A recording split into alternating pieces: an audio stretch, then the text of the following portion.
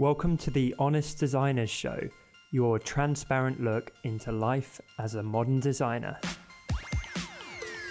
My name's Tom and I'm the founder at designcuts.com, and this week I'm joined by fellow Brit and expert hand letterer Ian Barnard, our American retro designer friend Dustin Lee, and the ever-inspiring South African illustrator Lisa Glanz.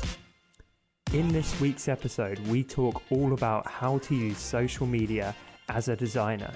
There's a ton of value in this episode, everything from how to attract more clients to how to craft engaging content, stand out in your industry, and most importantly of all, how to actually get started.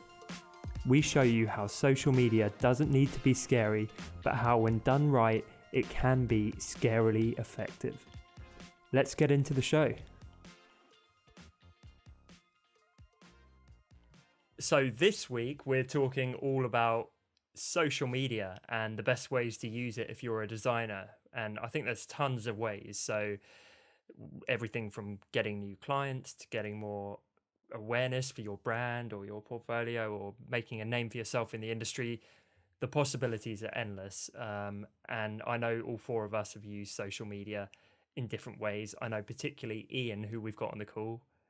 We were just saying is a social media legend. Yep, an expert. He's very, very, very expert indeed. So that's quite a big title. It is, but we're going to label you up and then let you prove it. So no pressure. No pressure. For everyone who doesn't know, Ian has a pretty big Instagram following, which he grew up from nothing, and he's now got 161,000 followers. Is that right? Something like that. Yeah. Something like that. And really it's how he gets all of his client inquiries, generates a lot of sales. It's kind of been the backbone of what he now does as a successful design career. So let's kick things off with you, Ian, mate. I'd love to pick your brain a little bit. I know this seems to be your passion, and whenever we talk about stuff and we get onto social, you seem to light up. Yeah. So yeah. Yeah. I think I think I didn't set out to use social media as a selling platform. I think because I started using Instagram like how everyone else used Instagram, which was to take pictures of food, whereas in my case it was to take pictures of my letters just for my own personal reference, and that grew from there. But I'm finding now that, because I've been doing it for about 4 years now, that things are starting to change, and so it's not just one platform that dominates over all the others, because I find that I've got a variety of following over different platforms. Obviously Instagram's way above any others, but I'm finding that at the moment Facebook is the thing that where I get more engagement, maybe, or different engagement. That's where one of my posts went sort of viral, or a couple of my posts have been viral on Facebook. Yeah, what was it? You got 1 million or 3 million or something crazy? It's weird. On Facebook, it shows you stats for views and reach. Reach obviously is going to be better than views, but the views were like 2.9 million and reach 7.5 million. That's crazy. Yeah. And 1 million in comments or what it was. But I think I'm starting to understand the sort of audience I have on the different platforms. Like on Twitter, I know it's a majority of the people that are on there are the designers. And so if I'm selling a digital product or something to do with design, or talking about design, or with the Honest Designers podcast, there's more interaction in the design community from there, or whether it's Dribbble as well.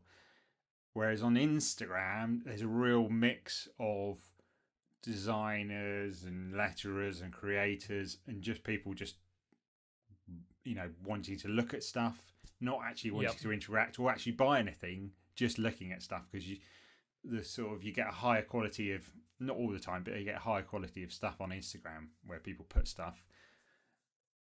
And it's not the same for everyone else. That's what's quite hard. It's not one formula for one person. So you might have a certain style of design and it might work best on Instagram. It might not. It might work best on Facebook. and so it's trying to it's being on all those platforms and trying to work out which one's best suited for you. And I think actually at the moment, sometimes I feel like it's actually maybe transitioning to being Instagram and Facebook rather than just Instagram, which it has been for 3 years. And you, I've seen you getting YouTube off the ground as well. Yeah, you're doing pretty well there. So I see you being everywhere, and I kind of before can't we get away from my face. We'll come back to that because that is genuinely a strategy which I advocate. Just Ian Barnard's face everywhere. Yeah, yeah. Until they get bored, they're just like, oh, I see him in my dreams. So I think before we get into the actual tactics, I kind of want to talk a little bit about the benefits. So bearing in mind, we've got an audience of designers, and I think a lot of them are probably already on social media, certainly in a personal propensity. And a lot of them are probably already using it to varying degrees of success for their design business, whether they're a freelancer, part of an agency, whatever it is. From your guys' perspective, what is the benefit? Because I feel like this debate's happened for, a decade or so now. Like, is social media worthwhile? Is it worth the time investment, the money investment? Am I going to get much out of it? And I would give a resounding yes, but I'd love to hear from your guys' perspective why you think it's worth it, what benefits come from it, especially for designers. Well, for me personally, because I'm actually terrible with social media, so my main benefit actually is the interaction that I have with my customers, because I'm so bad at it. I don't have Facebook, I don't have Twitter, I don't have all the other things. I literally just have an Instagram account, which I find for me it works just because I can manage it. I don't think I'd be able to manage all the others. I don't know how you do it, Ian, to be honest. I really don't. But yeah, so for me, the benefit is purely, I have no idea if it actually translates into income at all, but what I really enjoy is the interaction that I have with my customers and other sort of illustrators and designers. So that's really cool. I think that's a huge benefit and a definite plus. Yeah, definitely. And I think that's worth establishing for everyone listening. We're not all like social media mavens or experts. Lisa, you admitted before the call, it's actually, it's not really your thing. You're almost looking to kind of pick up tips yourself from this episode. Dustin, I'd say you've kind of been somewhere in the middle, but you're perhaps more on site and email marketing and not so much social. Ian, it's like your whole thing, where you've been incredibly prolific. And then from my perspective, I use it quite a lot as well, but more for a company, for design cuts. So I feel like we've got a few angles, and hopefully that's gonna lead to a better conversation than all four of us just preaching. I think we all bring a certain element of success in a certain area. So you've got Lisa, who's a machine, but then doesn't a not self-professed on Instagram, machine. clearly. Yeah, but because I spend a lot of time on social media, when people go, oh, you put such a grind into doing all this stuff, but some days all I do is just post something to social media and do nothing else. My office is still all messy. For the last show, we talked about how messy I was. Like, I was clearing it up that day, and I was still clearing it up because I've done nothing but post stuff to social media. So sometimes, at some point, I'm going to need to knuckle down and actually do some work and not rely on just the sales I get just because I'm putting my face out there constantly. I'm going to have to nail down some work. And from Dustin, I'm learning about the strength of email marketing and how to interact with, people who come to his site, and, how to grow, my shop, and how that helps. And that can also transfer over to sort of, just business as a designer as well.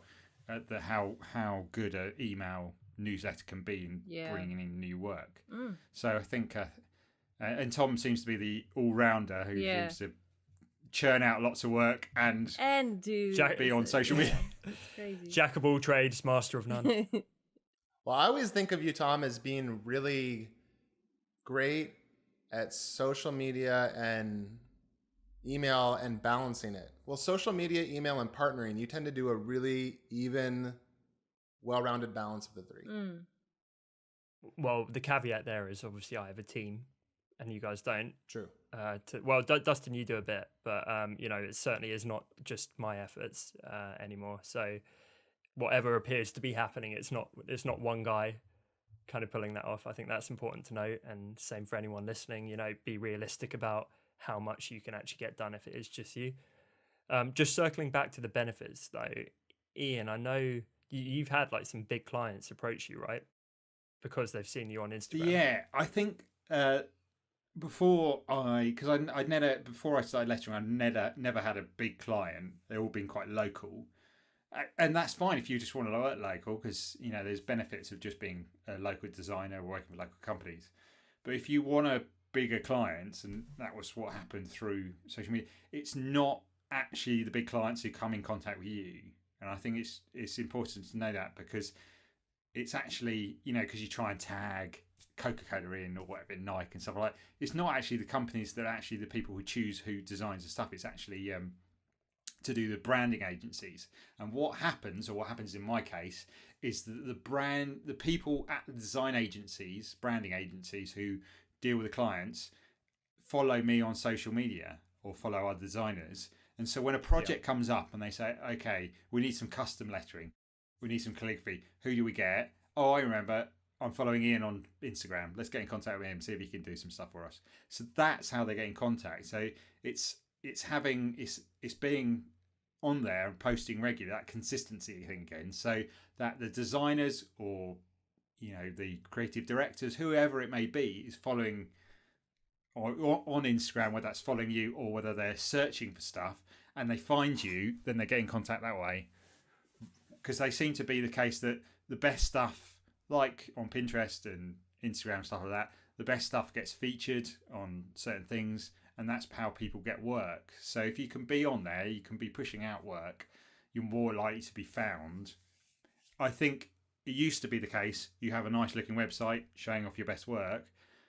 I don't think that's, it still works, but I think it's actually you being on social media, and that people spend so much time on their phones, they say, oh, he's coming up again, he's been featured on this, typography blog or whatever it may be.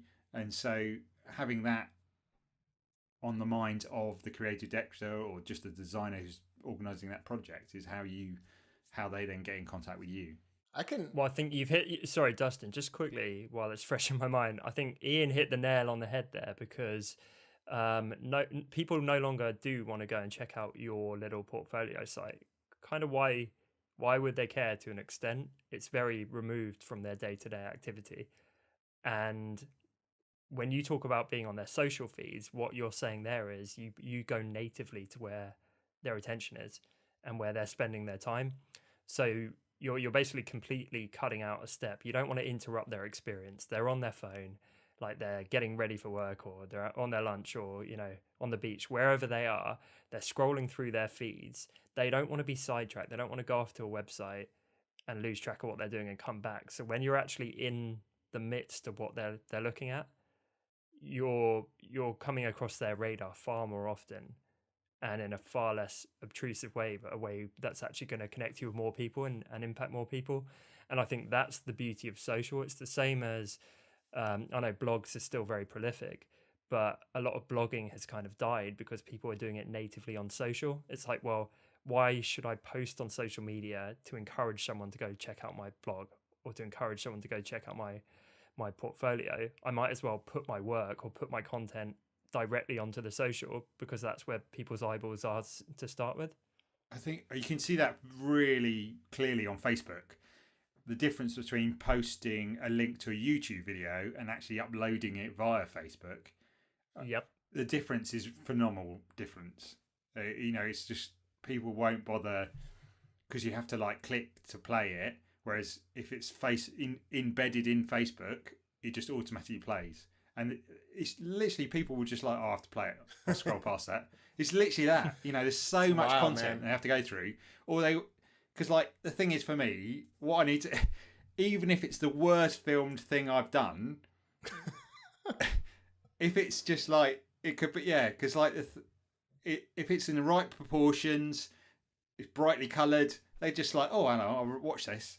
I might produce a really good quality thing, and it might not get any views. And I'm like, the worst thing I've done might get loads of views because it's just where they are at the time. If it catches their eye and stuff like that. So exactly, and it can be shared so much easier. Yeah, distributed. So you just need to think about who, like, you have to just, I don't know, sit down and think, okay, who do you think is on, like, look at your friend list and look on your own Facebook and see who's on there, and you think, actually, are people like creative directors and other designers on Facebook, or are they on Instagram and on Twitter or on Dribble?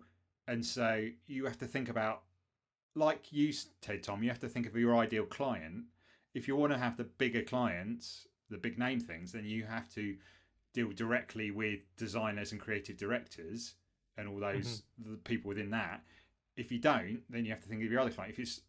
If it's you're doing designs for say house husbands, housewives, then Facebook is perfect for that, because a lot of demographic is that. So just try and think out what your ideal who the person you're trying to focus on, and then decide actually they're going to probably be on that platform, and then work be on the other platforms, but work on that primarily.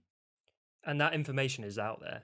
If people want to see it, like a quick Google search will tell you that the majority of Pinterest users are women, and a lot of them are into wedding designs and things of that nature. So if you're a designer who's doing wedding invitations, you should 1,000% be on Pinterest. But if you're doing certain other things, if I don't know, it's like teenagers who are into gaming, then maybe Pinterest isn't for you. Maybe it's more YouTube or something. And so, Ian's completely right. Understanding the platforms for sure should help dictate your decisions. And that can be everything from your intended customers to your style of work or your niche that you're operating within. I do think, just to kind of repeat a little bit what I was saying, I almost think treat your social feeds as your portfolio. So for people listening who are trying to get a portfolio off the ground and they're umming and ahhing and it's taking months to get this site together, I seriously think just put your work out on a social feed, have a little contact link on there. That is your portfolio. You don't need a fancy website anymore. You really don't.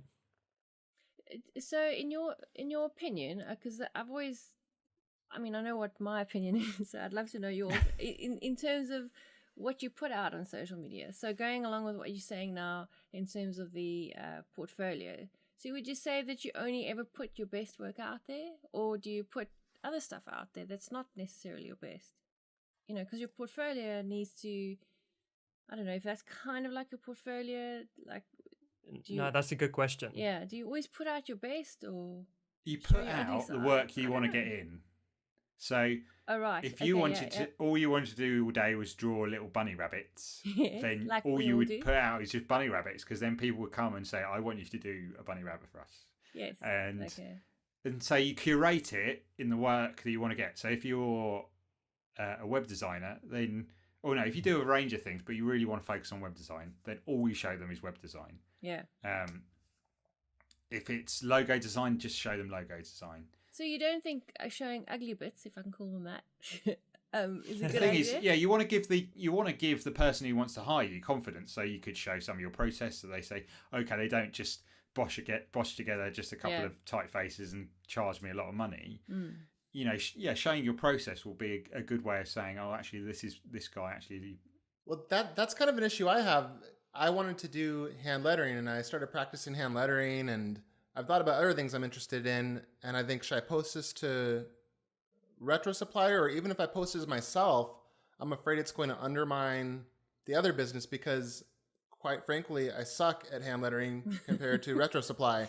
So to put it out there, I feel like will taint the brand of Retro Supply, but I feel like my name is so connected to that I worry about, I guess this is a problem if you start to get clients, you're like, do I share myself learning? You tell your story of how you started out learning, Ian, and I feel afraid to do that at this point.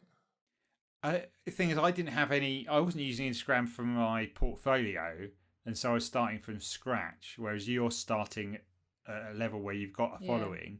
So it's a hard one. And I've had other friends who say, who, like a guy who's a singer, but he's also reading a book, and it's like, do I merge the two, or do I start a different one? or do I have like, do I post it to my personal one or my work one? And I suppose for you, it's like having a think. You know your audience the best, and you know from the reaction you get from your reviews and stuff like that.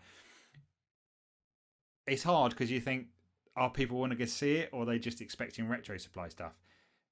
If it's going to be part of the Retro Supply brand of you doing lettering, whether that's turning into fonts or resources, then yes. But it might be the case that you just do it on like your own personal one and build it up to there, and if it does become something, then it's got its own entity. Do you think it undermines confidence though in the brand? I mean, even if I do it under my own name, does it undermine confidence in something else you're doing? I don't think so. No, personally, I think it humanizes you, and I think social media is great for doing that. It's great for showing that you're a real person. Yeah. And if I were one of your customers, as long as you contextualize it. So if you put it up and said, hey guys, I know normally I'm doing the retro work. I'm actually doing this as like a hobby right now. I'm learning hand lettering. And to be honest, right now I suck, but I'm really enjoying the process and I'm geeking out and I'm getting a little bit better every week. And I know this is how it starts. So I'm posting this not only to kind of share my work, but I want to hopefully inspire some of you that we will start somewhere. And if you want to join in and follow along on my journey, that would be awesome. And if I saw that, I'd be like, great, Dustin's like this real person. He's not just this super polished, like Machine. unbelievably professional guy who, not a machine like Lisa. You know what I mean? And I think that for me is social. And I've struggled with this myself. I think it is a very common thing. It's like, do I really niche down and stick to one type of content? Because then I think that can be effective. I think that's really effective with you, Ian, because you're the hand lettering guy and you follow UTC lettering. But I think a lot of people have found success basically just showing themselves, like their social feeds are an extension of themselves. And if there's an overarching theme, great. But if they're putting in little sneak peeks into their family life or whatever they want to share, who cares if that isn't the post that goes viral? Because I think it's more about the emotional connection that might make with their loyal followers and just the picture it paints of them. And that's more engaging than like a staid about page on a portfolio. Yeah. We talked about, hey, I'm Brad and I like coffee, where it's that more kind of real-time insight into your life. I think but there's that a line, can have isn't benefits of making your approach. There's a line. Okay. I mean, share whatever you feel comfortable sharing. But personally, I'd be a lot of hiring someone is based on trust, right? And if you feel like you actually know someone a bit and know their character, you're going to be more likely to hire them because you're like, they look like a nice guy or a nice girl. Huge part of it. And I think you have to get a happy medium. If you're doing posting, I don't really post that much personal stuff unless it's to do with something to, like I posted a picture of myself because my friend took me some new profile pics, but they were in relation. They had pens scattered everywhere, and I think I unfollowed people who it sounds like overstepped the mark, overstepped the sort of personal aspects, because then there was just like, it was like 4 posts of personal and then 1 post of their work. And I really like their work, but it was just filling my feed with personal stuff, which is great seeing that side of them, but I wanted to see their work because I loved their work. It is great to see little touches of the personal. I know I went through yours like every single post you did, I went through it one day and it took forever. But there was every so often that's a little bit stalky. Yeah. Every so often you'd sprinkle in the one that I remember more than any of your lettering pieces is one of your daughter learning to letter or you showing her how to do a letter or something. Oh, yeah. And it was personal, but that's the one that stands out and made you feel human to me, So I guess it was in relation. The thing is, there's no, if it's just a random pic of my son or my daughter or my wife, right, I wouldn't normally do it. But if it's something in relation to lettering or click through, she's trying it, and I was just saying, like, you at McDonald's, I would be like, why is this here? Yeah, sure, because he's redoing the Golden Arches, doing some lettering for them. Huge project. No, I think that's hopefully a good tip for the listeners. If you are struggling with this, then you can introduce personal elements, but within the topic. So you were teaching your daughter lettering, which is relevant for your audience, but shows some of your personality and your family. So you can do that in tons of different ways as well. For sure. Ian, I don't know. I don't want to completely take the credit here, but if you remember, do you remember back in the day when we first started working together and I was like really pushing you to put more personality and more of yourself into stuff? And I find this amazing to actually think back to you now, but you were saying you didn't feel all that comfortable and like you weren't used to being on video and putting yourself out there. Fast forward like 6 months, you're like putting your face there on a YouTube channel, coming across really naturally, doing loads of Instagram personal stuff. Like back in the day, you never seemed to actually put your image out there. I don't even know if you had an up-to-date profile picture kind of thing. And now you're this incredible personal brand, and I feel like that's worked wonders for you. Like people really connect with that. I think because I'm one of those weird people that's like a mix of introvert and extrovert. Some depending on the situation I'm in, it can be I love time with people. I really need that, but also I quite enjoy being on my own sometimes. And so, but online it's weird at first. Like the YouTube thing, if you look at some of my early videos, I'm really awkward and really cardboardy, and it feels very flat. But after doing it so many times, your personality starts to come out and you're a bit more natural. Because like in my studio, small little studio, I have to put it in one area because it can only fit in that area. And I just got used to doing it. Because like when you're speaking to a camera and there's no one else around, Horrible. it's the weirdest thing ever. It is. And I still find it weird when I'm doing Instagram live because like I'm talking to the camera, but there's people commenting and stuff like it's just weird. It doesn't work in my head. And so and I know if I keep doing it will get easier, but like I do with the video for YouTube, it's just weird because you talk and you expect a reaction. Yeah.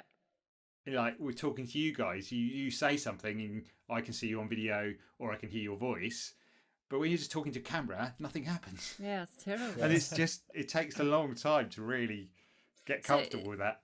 So you got comfortable just by doing it more regularly? Is that? Yeah, and I think that's with everything. You just do it. You just keep on doing it. You look at some of the people on YouTube, and a lot of them, there's a lot of people who started just as an outlet because they were like lonely or like feeling depressed or just needed somewhere to express their feelings. And they weren't people who would go and the reason why they're lonely is because they were quite introverted and found it really hard to maybe make friends or to do stuff. And now they seem like extroverts. You watch their video, they're like one of the guys I was watching on a program, and he was like presenting the program, and he said, "Oh, I started because I was found it hard to make friends, and I was quite introverted, and now he's interacting with loads of people." So I suppose it's a great platform for increasing your confidence on a very, just really small steps by putting yourself out in front of a camera, and it does show your personality, and people buy into why you do things, whether it's why you design, why you make fonts, why you make illustrations and stuff like that. So it's good to have that side, that personal side. And so doing a YouTube channel, you've got the time, you can put the energy in. It takes a long time. I've been doing it I haven't uploaded some videos for a while, but I've been doing it for the past year and a half. And I'm not earning about $80 from the revenue if you put ads up, like $80 a month, which is, not really going to cover my coffee bill for the month. But it has, driven a more, people know me more. I've got a speaking gig in June, so I don't know whether that came from, the fact that they've actually seen me, that I can actually talk, has come from there. So you don't know how people are going to find you. I think one of the important things is it's the right person. So you don't need 1 million views, because if that conference organizer or that big client discovers you, who cares if they're one of 6 people who saw that post? Exactly. Because it could be game changing for you personally and for your career. Yeah. And I think that's kind of the power of social, because that couldn't really happen if you had your little portfolio site tucked away and no one's ever going to look at it. That just couldn't happen, but that can happen with social, and it has for you and so many others. And I think all of us have had that on some level, where that right person just stumbles across you and it opens some sort of door. That's true. I wanted to tell a story real briefly about how I found social media paid for itself when I hired someone. So I have the Passive Income for Designers site, and I hired Nick Slater to do the logo. He cost, what Nick Slater would cost. So I hired him to do it. But when he was done, he shared it on Dribbble, and he's number 3 in terms of followers on Dribbble or something like that. He's very high up there.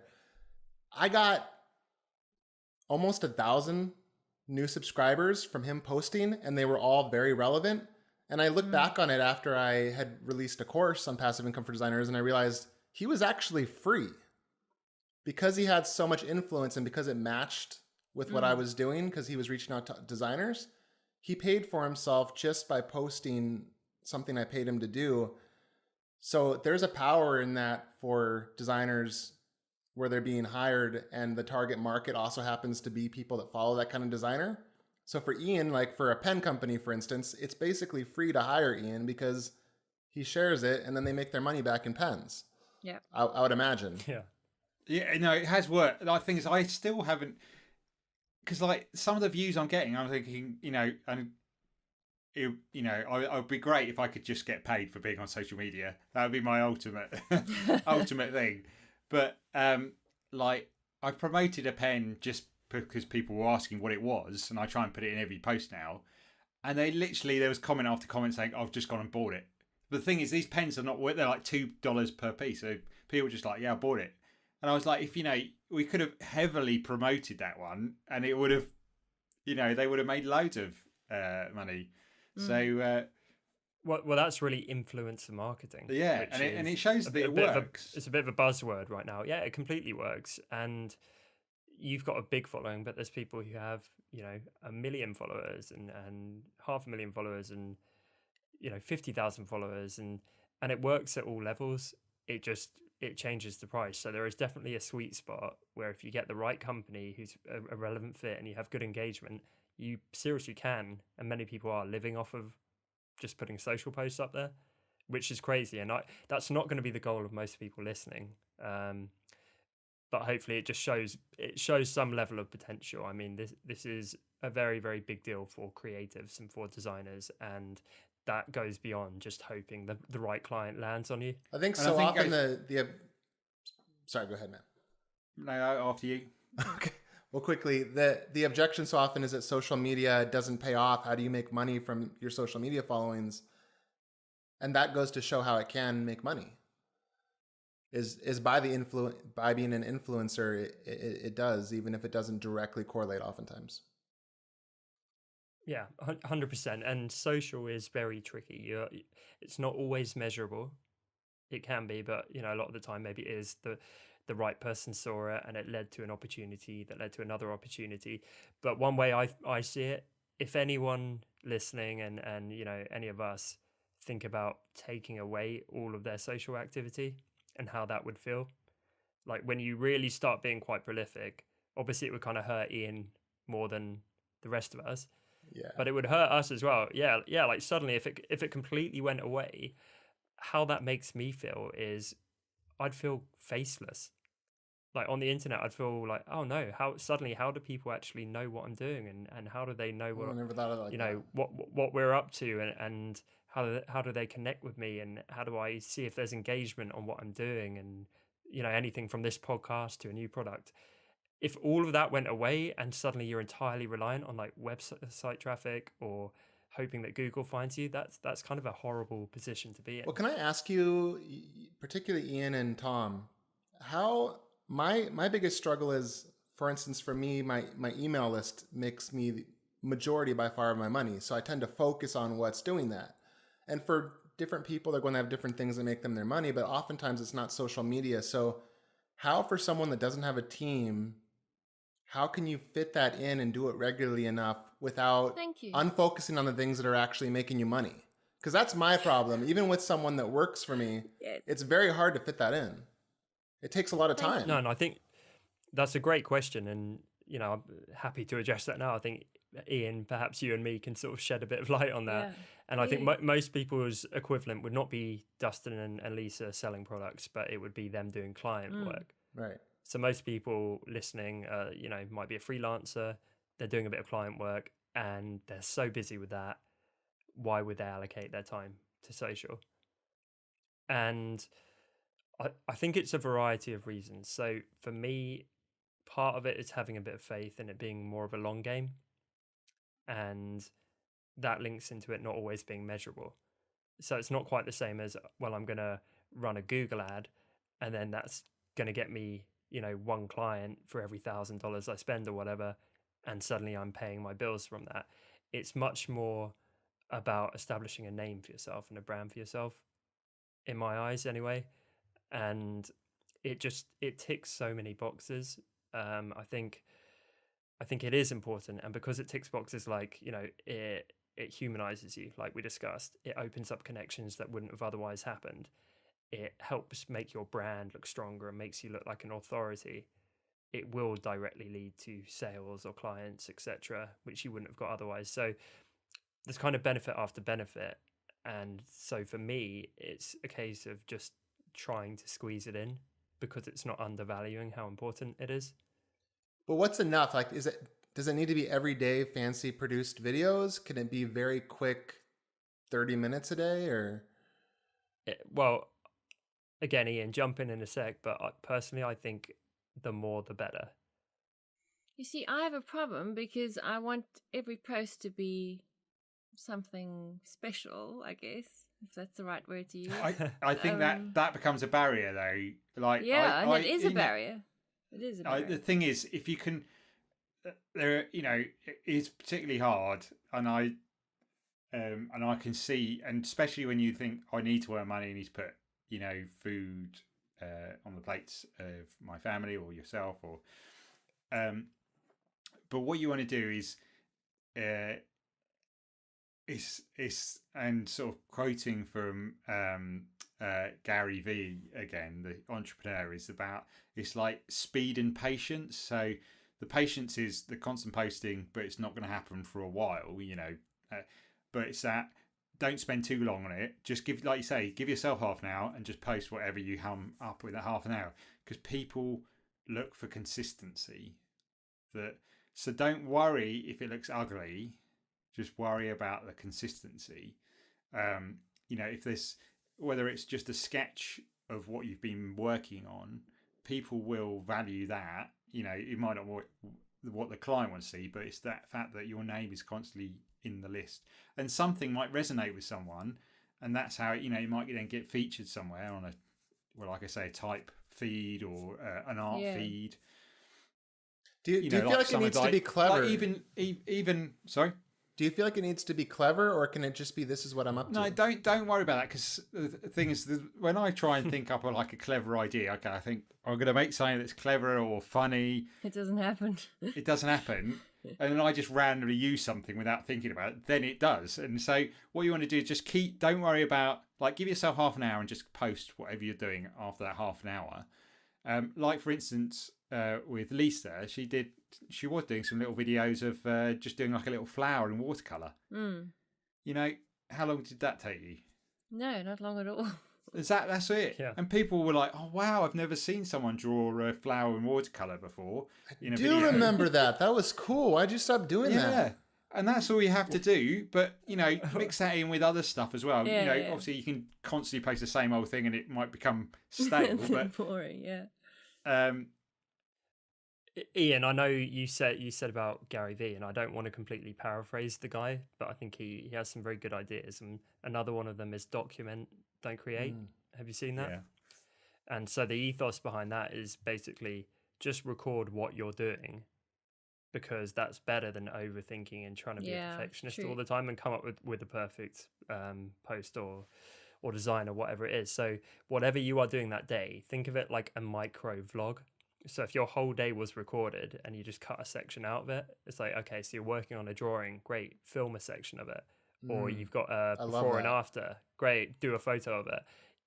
It doesn't need to be smart, it doesn't need to be witty, it just needs to be an insight into your little world, that people can follow along with and connect with you. Yeah. I love And that. It's so freeing.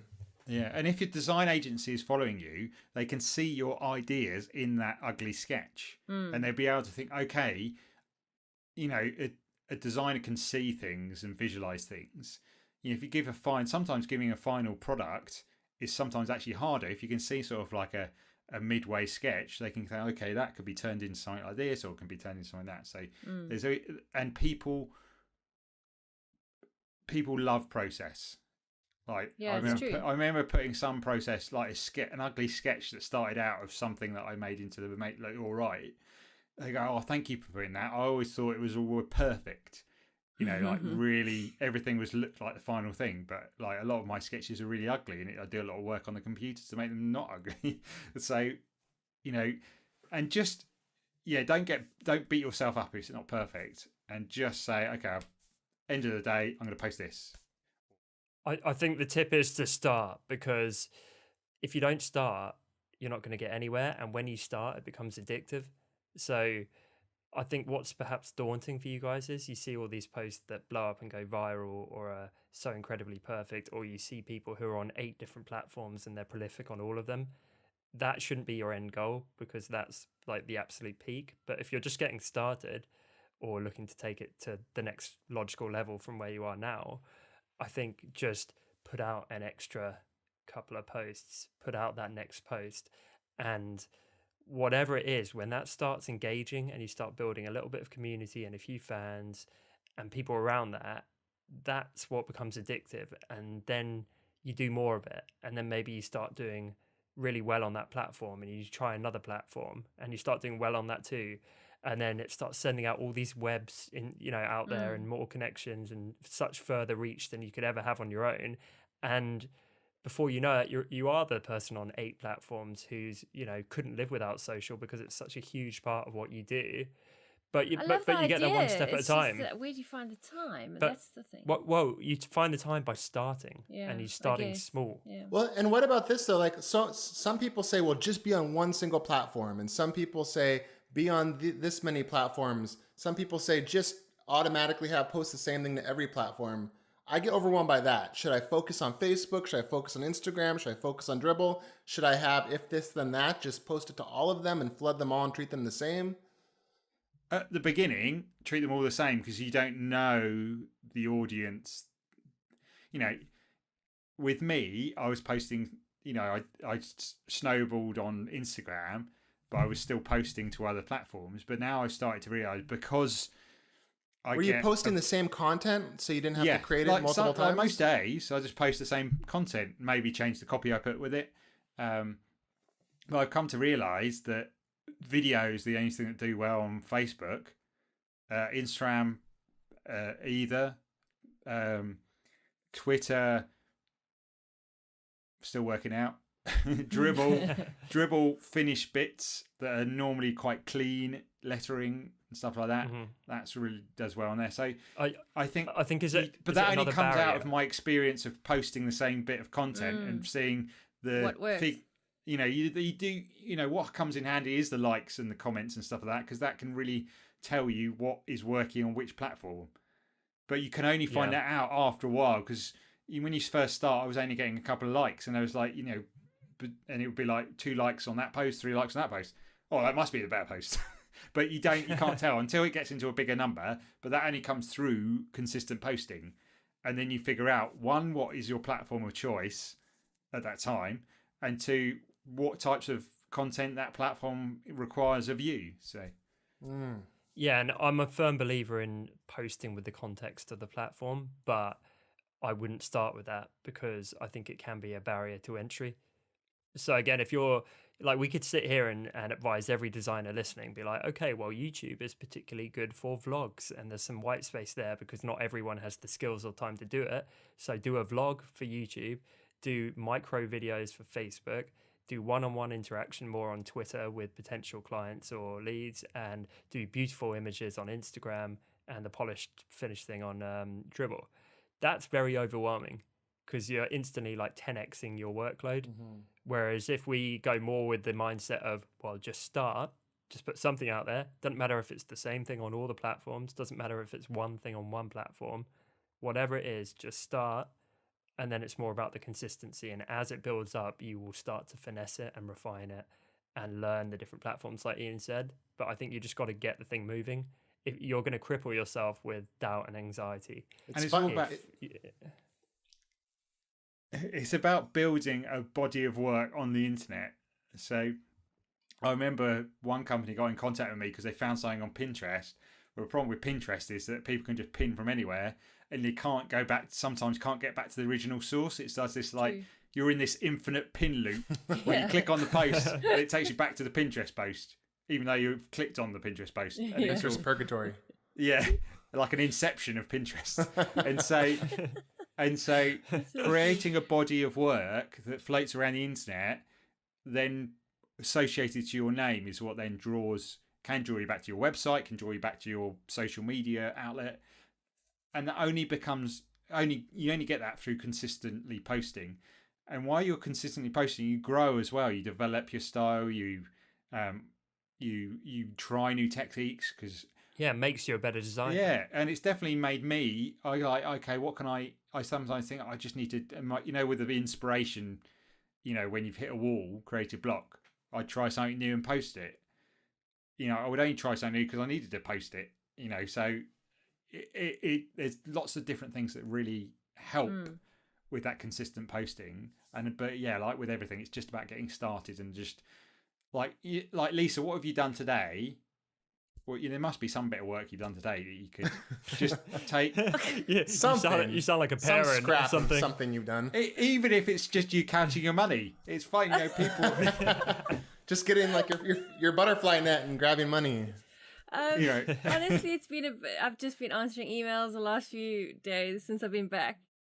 But there's a day, even if you're like just doing a little sketch. Even doing those little, like you say, those little videos. You're right. But even the email could work because, for instance, Tom Design Cuts, which everyone knows or most people know Tom owns, Design Cuts will have on Facebook this really different hashtags like designer pickup lines. So when you're doing emails, you could see maybe reoccurring themes in the emails of your customers and say, I can share this common pain point in social with a solution or let people know they're not alone. Right? Yeah, I don't know. so I'm not an expert at this, but I'm guessing.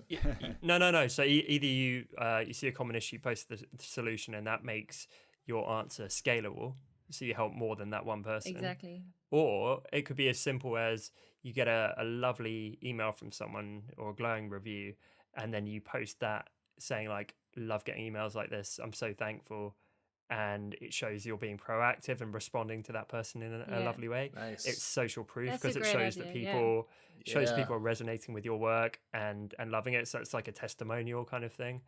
And again, if you're thinking of social being like a portfolio, on your portfolio, you would have testimonials and stuff like that. So why not on your feed? It's like, not in a boastful way, more like a humble, grateful way. Grateful. I've done that. I've done that with the podcast where I post comments on my Instagram story and be like, I can't believe how incredible this feedback is. Like I'm so grateful for it. What's funny is, have you noticed if we talk about any subject for long enough, eventually it all boils down to just start and go do it? I feel like everything eventually boils down to that. Yeah, pretty much. For good reason though, because just in a good way. Too many people rest on their laurels, and I feel like I need to pay you and Ian the session. pay us some bunnies. Well, it's all right. You've given us enough therapy sessions when we're having a stressful week. And I forgot what I was going to say now. Sorry. I'm sure it was in light. Leave the listeners wanting more. I don't know. I kind of want to do one of our quick fire rounds where it's just tips for. I think we've covered almost like the broader scope of the mindset around social and just getting going with it and some of the benefits. If we are looking at designers, let's quickly get to the nitty gritty because we all do this. So that's one example of, if you help one of your customers or clients, you can post what you help them with. You can post your answer and make that scalable. Just off the top of our heads, let's kind of spitball a few ideas that designers can start using today. So, all right, another one, work in progress. We kind of talked about that. show a piece of work as it takes shape, because people enjoy the story Yeah, as and much as the outcome, if not more. I think a before and after is also a good idea, especially if you kind of, or even what you originally designed and then what you actually ended up going with. That's also always interesting. You can Yep. you can do that on Instagram really well with the slide function, where you can put multiple images up, so you can have the finished one and then you show the process of how you got to that, which is quite a good way of capturing the project. 100%. I've Okay, noticed. here's another one. Oh, Dustin, gone. I was gonna say I've noticed when I post really human things, for instance, look how messy my desk is, and just show a picture of my desk. Those universal issues that all designers or all of your client base have tend to resonate, and they're quick and easy to do. 100%. So another one we mentioned recently: have a vote. So if you can't decide vote. between two versions, yeah, I also heard both. Only Lisa can afford that. Even if you're like landlocked. yeah, get yourself a sea captain hat and you're away. No, have a vote, Ian. So say you're working on a logo design. You've got two versions. You're not sure which one is best. Say vote A or B. Or C, boat, and then see what people go for. Use that as real-time feedback. Another one, you could show you working away by candlelight at 2 a.m, saying like, "Oh, I'm so hyperactive. I'm trying to like meet this client deadline, and I'm guarantee I will meet it for the client, even if I'm up all night and I'm here with my cup of coffee and my candlelight." And that shows not only something that fellow designers resonate with, but if I saw that as a client, I would be like, oh, wow, okay, they're dedicated. Yeah. So that shows that in a kind of funny, personal way. I'll tell you what, something that bucks the trend on all my platforms, obviously people like the old Veggie Calligraphy and just me writing with Crayolas, is anything to do with Illustrator, because so many designers struggle with Illustrator. If you know Illustrator or can just become an expert with the pen tool, tips. Yep. People will follow you if you can give any tips at all from Illustrator. And that's awesome. Or tips of any nature. Tips of any nature. That sets you up as an authority, right? Which not only makes you look great to designers, but again, clients or any kind of contact, they're going to have more respect for you and be more likely to hire or work with you because you're an authority in your industry. You're teaching other people. You're giving value. Here's something I've noticed about Illustrator that's totally will guarantee you tons of likes. Show the anchor points and show them in 90-degree angles to each other on whatever you're doing, and it will go viral. If you can do that. Well, viral only in the design community, because everyone else will go, what is this? What's going on? What's an anchor point? It's going back to the boat again. Because every time I see yours, Ian, when you do that, I get hypnotized. I'm just like, did he just Photoshop in those 90-degree anchor points? How did he get them all to 90-degree anchor points? It's so beautiful. So beautiful. So satisfying. I'm gonna keep going quick fire because I feel like we're dropping some knowledge bombs here. Yeah, always. The anchor point skewed off there for a second. It's not having an anchor, that's the problem. Oh, this is getting worse. Designer humor. Hashtag designer humor. I think celebrate your clients' successes. So if you did a piece of work for them, be really proud of it when they put it on the side of their van or their website or the front of their office.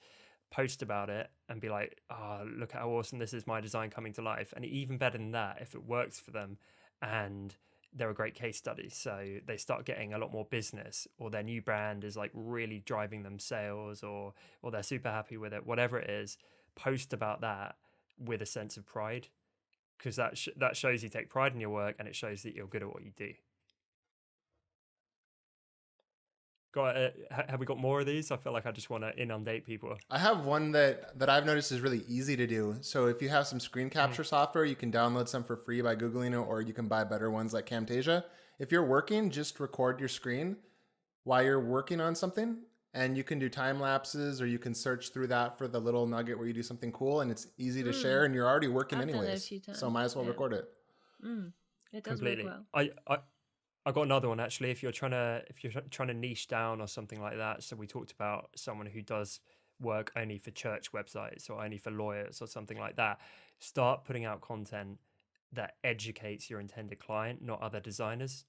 So who cares if you get admiration from your peers? Say you're doing stuff intended only for lawyers, you could put out a piece of content or a tip saying, here's where most legal brands go wrong. They're doing this kind of logo, which for these design reasons actually makes you look not very professional.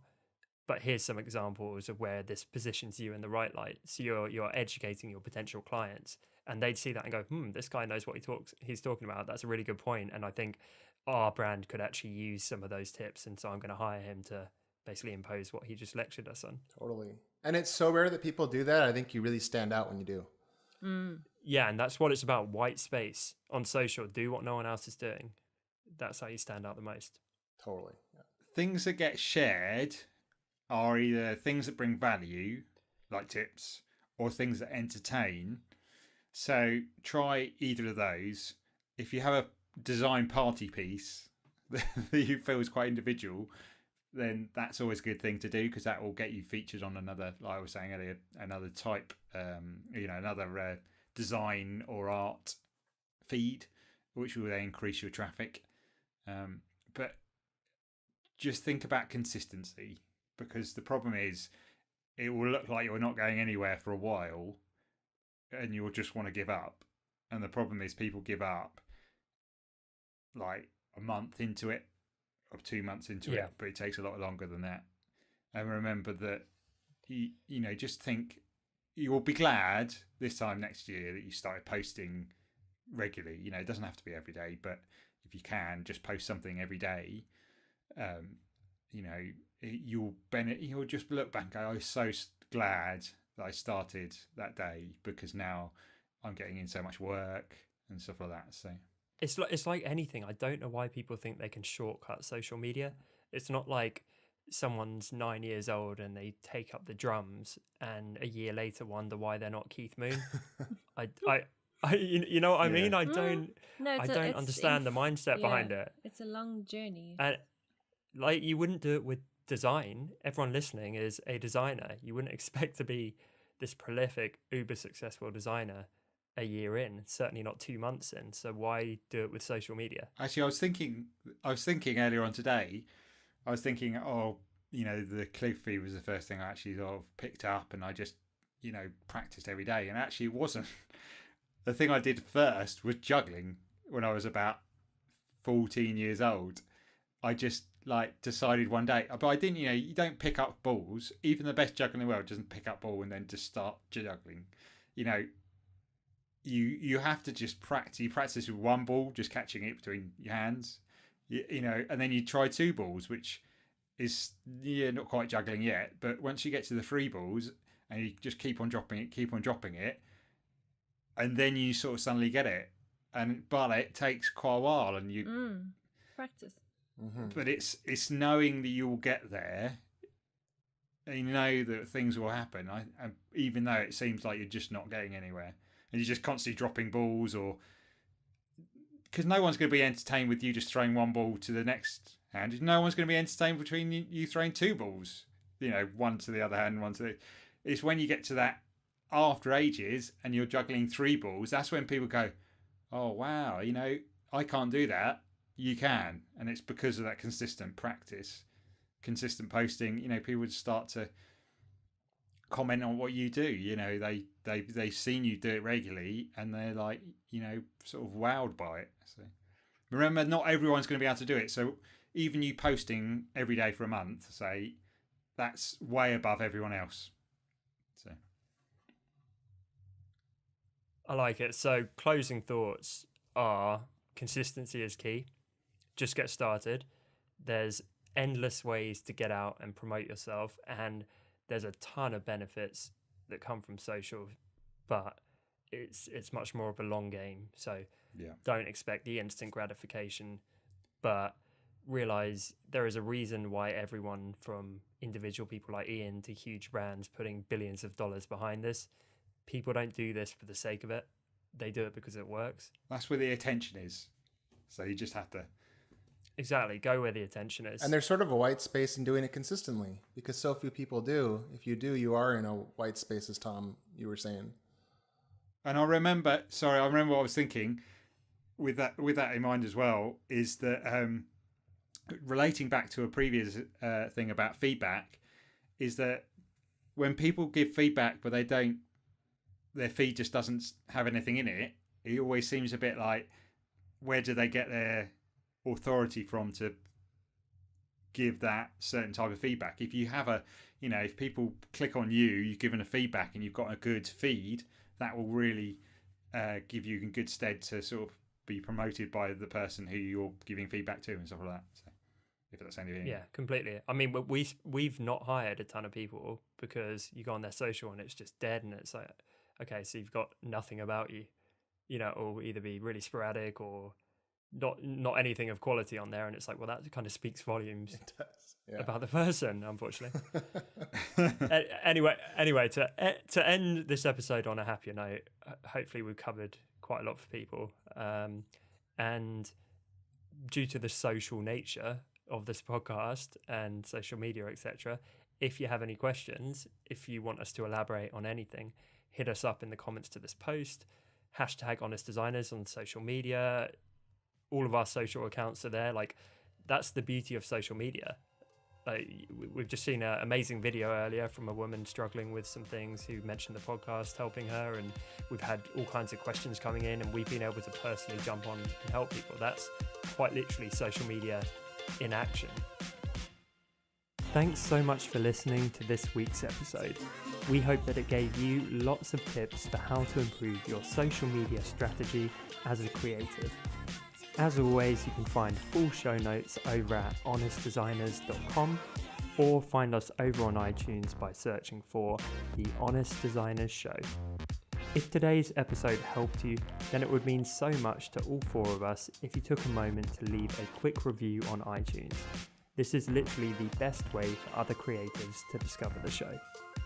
Thanks again for tuning in, and we look forward to seeing you next week right here on The Honest Designers Show.